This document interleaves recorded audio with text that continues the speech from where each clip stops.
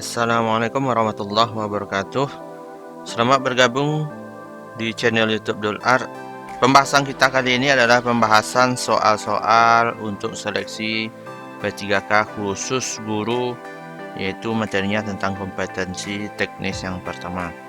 Nah, sebelum kita lanjut teman-teman, silahkan untuk selalu dukung YouTube channel ini dengan cara klik tombol subscribe dan aktifkan tanda loncengnya agar teman-teman selalu mendapatkan informasi dan update informasi terbaru selanjutnya.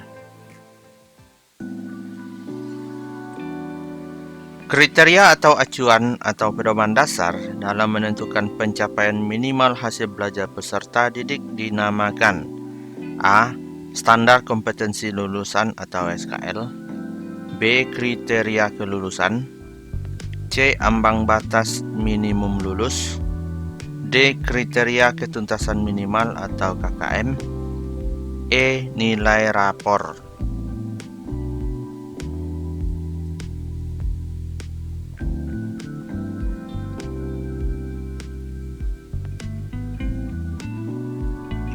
Nah, jawabannya adalah D. Kriteria ketuntasan minimal atau sering disebut dengan KKM atau kependekannya ya.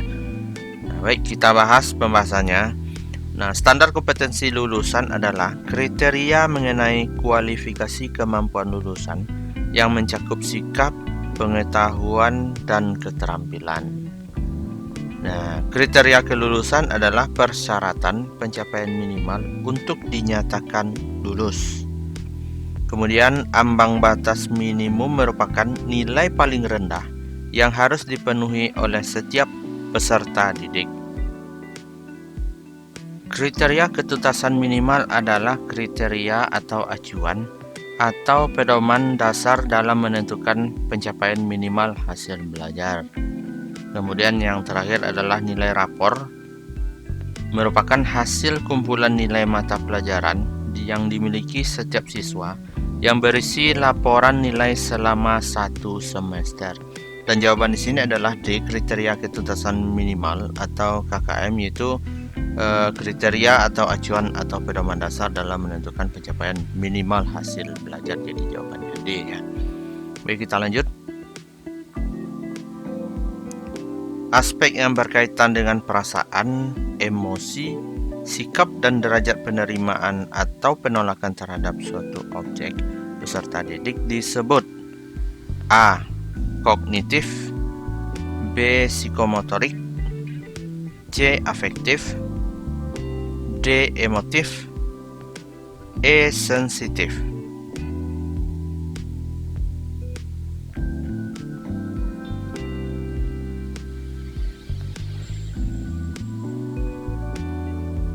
Nah, jawabannya adalah C. Afektif. Mari kita simak pembahasannya. Nah, kognitif adalah semua aktivitas mental yang membuat suatu individu mampu menghubungkan, menilai dan mempertimbangkan suatu peristiwa sehingga individu tersebut mendapatkan pengetahuan setelahnya. Nah, itu kognitif. Nah, psikomotorik adalah ranah yang berkaitan dengan keterampilan atau skill atau kemampuan bertindak setelah seseorang menerima pengalaman belajar tertentu. Kemudian afektif merupakan aspek yang berkaitan dengan perasaan, emosi, sikap, dan derajat penerima atau penolakan terhadap suatu objek peserta didik. Nah, itu jawabannya tadi ya. Jawabannya adalah C, afektif. Kemudian emotif merupakan aspek yang berkaitan dengan emosi, bersifat menimbulkan atau membangkitkan emosi seseorang. Kemudian yang terakhir adalah sensitif, merupakan reaksi seseorang dalam menerima rangsangan. Jadi jawabannya di sini sudah jelas C. Baik, kita lanjut. Kemampuan yang dapat dilakukan atau ditampilkan untuk satu mata pelajaran atau kompetensi dalam mata pelajaran tertentu harus dimiliki oleh siswa disebut A. Kompetensi dasar, B. Standar kompetensi, C. Indikator, D. Kompetensi lulusan, E. Kecakapan hidup.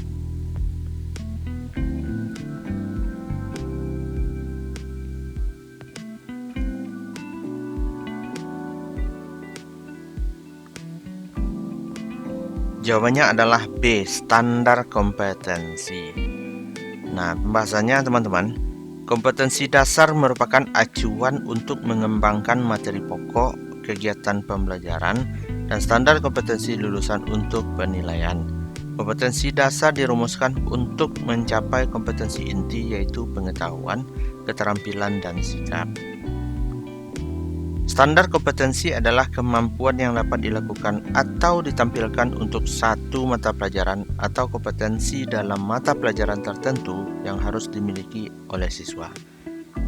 Kemudian indikator merupakan penanda pencapaian KD yang ditandai oleh perubahan perilaku yang dapat diukur yang mencakup sikap, pengetahuan, dan keterampilan.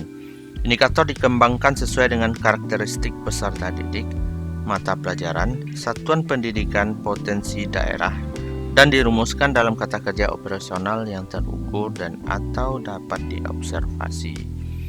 Kemudian kompetensi lulusan adalah kriteria mengenai kualifikasi kemampuan lulusan yang mencakup sikap, pengetahuan, dan keterampilan. Kemudian yang terakhir adalah kecakapan hidup atau life skill, adalah kemampuan dan pengetahuan seseorang untuk berani menghadapi problema hidup dan kehidupan secara proaktif, mencari serta menemukan solusi sehingga akhirnya mampu mengatasinya dengan kemampuan berinteraksi dan beradaptasi dengan orang lain. Nah, jadi di sini jawabannya adalah B ya, standar kompetensi. Berikut ini adalah prinsip-prinsip dalam menyusun RPP, Rencana Pelaksanaan Pembelajaran.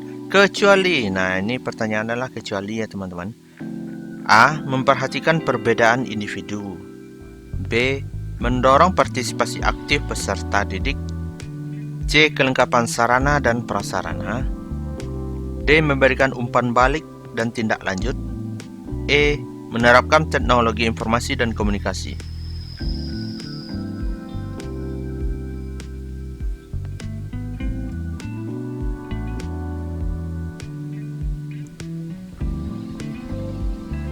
Nah, jawabannya C, kelengkapan sarana dan prasarana. Berarti ini artinya kecuali yang bukan termasuk dalam prinsip dalam penyusunan RPP. Nah, pembahasannya teman-teman, prinsip dalam penyusunan RPP adalah 1. Memperhatikan perbedaan individu peserta didiknya. Itu ada di option A itu ya. Kemudian yang kedua adalah mendorong partisipasi aktif peserta didik, ada di option B. Kemudian ketiga, mengembangkan budaya membaca dan menulis. Kemudian yang keempat, memberikan umpan balik dan tindak lanjut, itu ada di option D. Kemudian yang kelima, keterkaitan dan keterpaduan.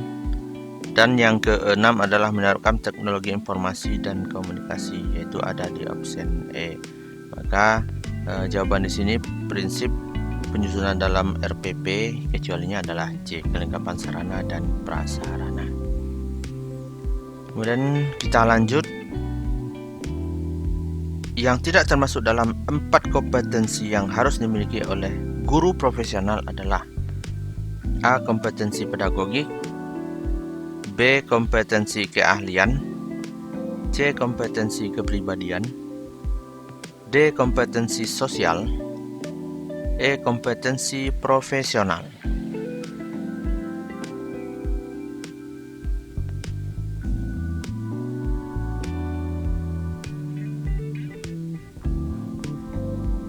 Nah, jawabannya adalah B. Kompetensi keahlian. Nah, bagi teman-teman guru, Bapak Ibu guru pasti sudah tahu apa itu 4 kompetensi yang harus dimiliki oleh guru profesional. Nah, dalam ini kecualinya adalah kompetensi keahlian. Nah, pembahasannya adalah 4 kompetensi yang harus dimiliki oleh guru. Yang pertama adalah kompetensi pedagogik, yaitu kemampuan atau keterampilan guru yang bisa mengelola suatu proses pembelajaran atau interaksi belajar mengajar dengan peserta didik.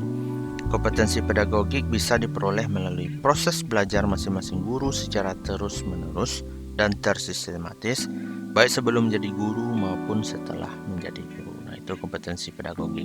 Kemudian yang kedua adalah kompetensi kepribadian, ada di option C, yaitu kemampuan personal yang mencerminkan kepribadian yang mantap, stabil, dewasa, arif, dan berwibawa, menjadi teladan bagi peserta didik dan berakhlak mulia.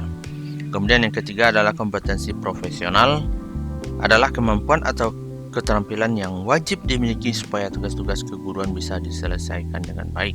Kompetensi profesional merupakan penguasaan materi pembelajaran secara luas dan mendalam yang mencakup penguasaan materi kurikulum mata pelajaran di sekolah dan substansi keilmuan yang menaungi materinya, serta penguasaan terhadap struktur dan metodologi keilmuannya.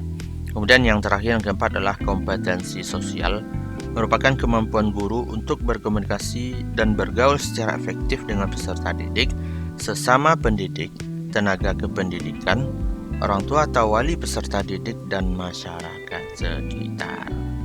Nah, itu jadi jawabannya sini adalah 4 kompetensi yang harus dimiliki guru, kecualinya adalah B, kompetensi keahlian. Komponen RPP terdiri dari beberapa hal berikut ini kecuali. Nah, lagi-lagi pertanyaannya adalah kecuali, jangan sampai terjebak ya. 1. A. Identitas mata pelajaran. B. Standar kompetensi. C. Kompetensi dasar. D. Presensi peserta didik. E. Kegiatan pembelajaran.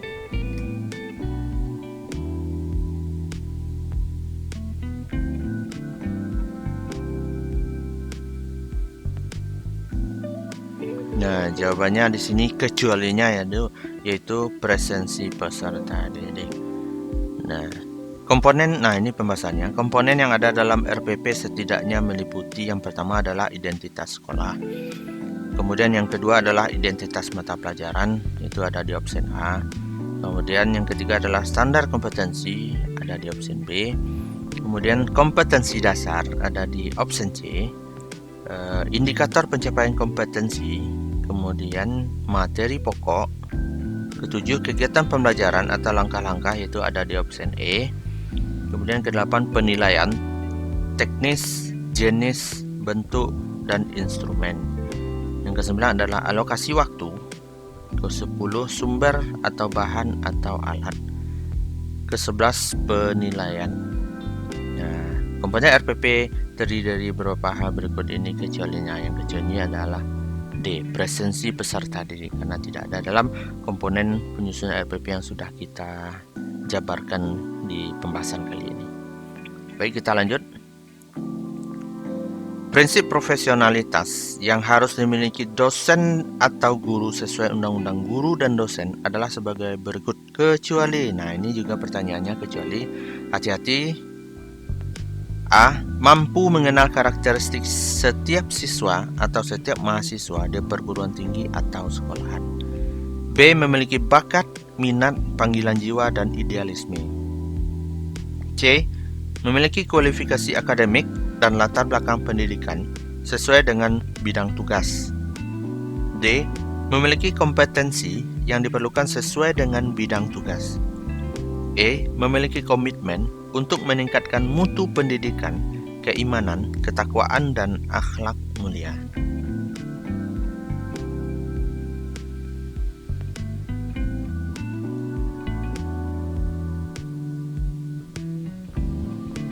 Nah, jawabannya adalah A. Mampu mengenal karakteristik setiap siswa atau setiap mahasiswa perguruan tinggi atau sekolahan. Nah, pembahasannya teman-teman. Nah, prinsip profesionalitas guru dan dosen sesuai dengan Undang-Undang Nomor 14 Tahun 2005 tentang guru dan dosen. Nah, silakan kepada teman-teman atau Bapak Ibu baca kembali Undang-Undang Nomor 14 Tahun 2005 tentang guru dan dosen. Nah, khususnya untuk prinsip profesionalitas guru ini terdapat pada pasal 7 ayat yang pertama. Nah, yang A, memiliki bakat, minat, panggilan jiwa, dan idealisme. Kemudian B, memiliki komitmen untuk meningkatkan mutu pendidikan, keimanan, ketakwaan, dan akhlak mulia. C, kualifikasi akademik dan latar belakang pendidikan sesuai dengan bidang tugas. D, memiliki kompetensi yang diperlukan sesuai dengan bidang tugas. E, memiliki tanggung jawab atas pelaksanaan tugas keprofesionalan. F, memiliki penghasilan yang ditentukan sesuai dengan prestasi kerja.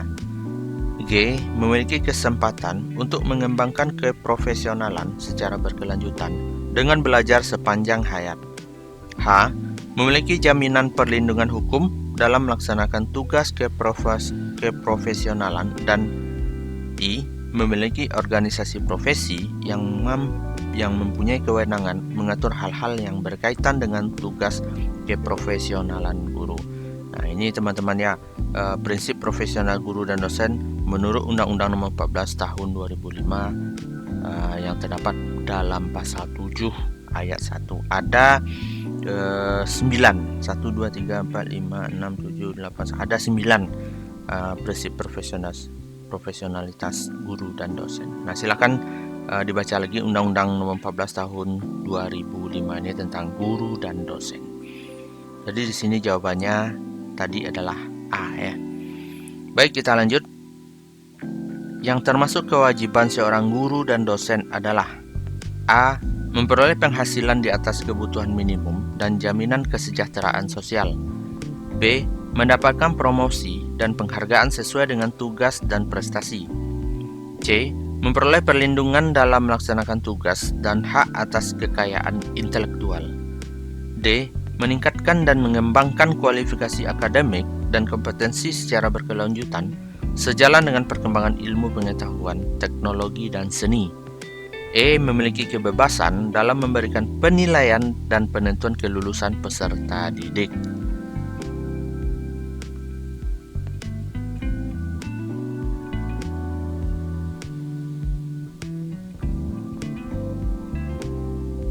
Nah, jawabannya adalah D. Meningkatkan dan mengembangkan kualifikasi akademik dan kompetensi secara berkelanjutan sejalan dengan perkembangan ilmu pengetahuan dan teknologi dan seni. Baik, pembahasannya ini hampir sama dengan prinsip profesionalitas tadi, bahwasanya kewajiban guru dan dosen juga diatur dalam Undang-Undang Nomor 14 Tahun 2005 tentang guru dan dosen, yaitu khusus kewajiban guru dan dosen itu terdapat pada pasal 20 yang berbunyi 1. Merencanakan pembelajaran, melaksanakan proses pembelajaran yang bermutu, serta menilai dan mengevaluasi hasil pembelajaran.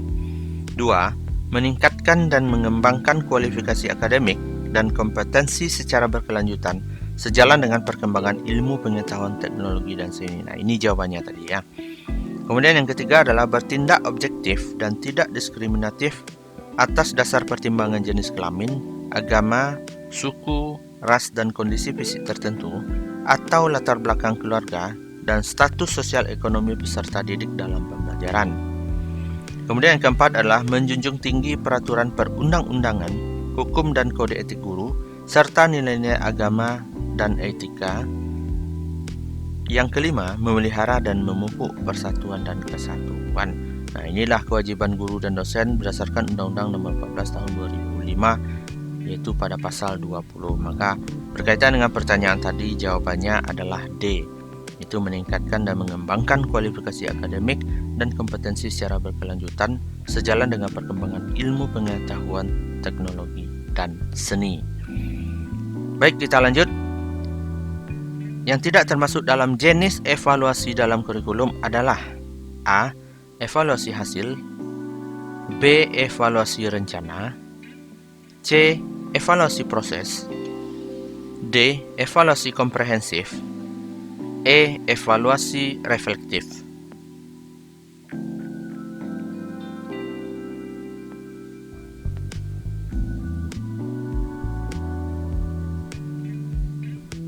Nah, jawabannya adalah D. Evaluasi komprehensif. Nah, pembahasannya teman-teman, jenis evaluasi dalam kurikulum dibagi menjadi 4. Yang pertama adalah evaluasi refleksi. Dipergunakan untuk menyebutkan jenis evaluasi yang memusatkan perhatiannya terutama terhadap kurikulum sebagai ide. Jenis evaluasi ini mencoba mengkaji mengenai ide yang dikembangkan dan dijadikan landasan bagi kurikulum dalam dimensi lainnya. Yang kedua, evaluasi rencana merupakan jenis evaluasi yang banyak dilakukan sekarang, terutama setelah banyak inovasi diperkenalkan dalam pengembangan kurikulum dan setelah teknologi pengembangan kurikulum sebagai rencana menghasilkan format-format tertentu.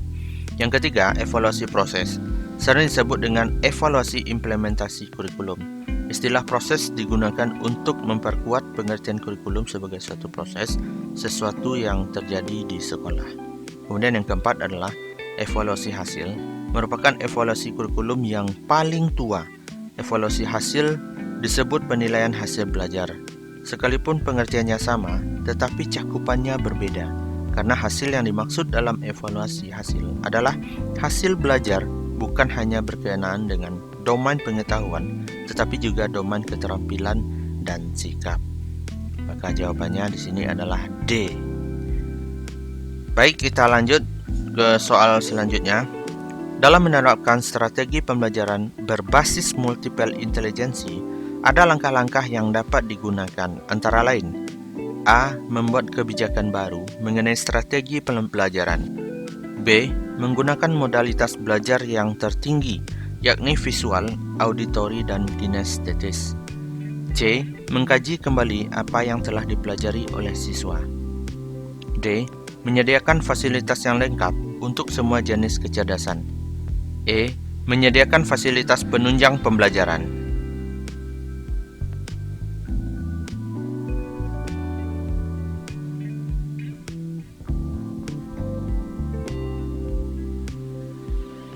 Nah, jawabannya adalah B.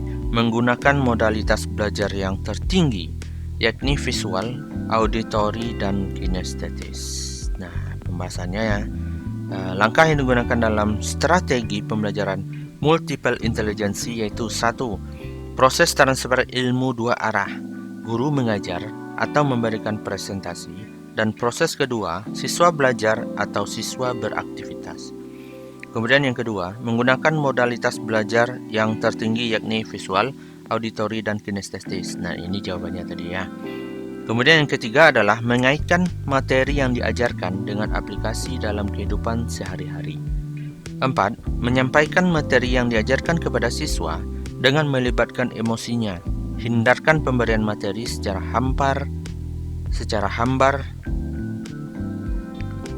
4. Menyampaikan materi yang diajarkan kepada siswa dengan melibatkan emosinya. Hindarkan pemberian materi secara hambar dan membosankan. 5. Pembelajaran dengan melibatkan partisipasi siswa untuk menghasilkan manfaat yang nyata dan dapat langsung dirasakan oleh orang lain. Nah, jadi jawabannya tadi ya B ya, menggunakan modalitas belajar yang tertinggi yakni visual, auditori, dan kinestetis. Baik teman-teman dan Bapak Ibu semuanya, sekian dulu pembahasan kita kali ini. Mudah-mudahan bermanfaat bagi Bapak Ibu dan teman-teman semuanya. Baik, sebelum kita mengakhiri, silakan kepada teman-teman untuk selalu dukung YouTube channel ini dengan cara klik tombol subscribe dan aktifkan tanda loncengnya agar teman-teman selalu bisa mendapatkan update informasi terbaru selanjutnya. Baik, terima kasih. Assalamualaikum warahmatullahi wabarakatuh.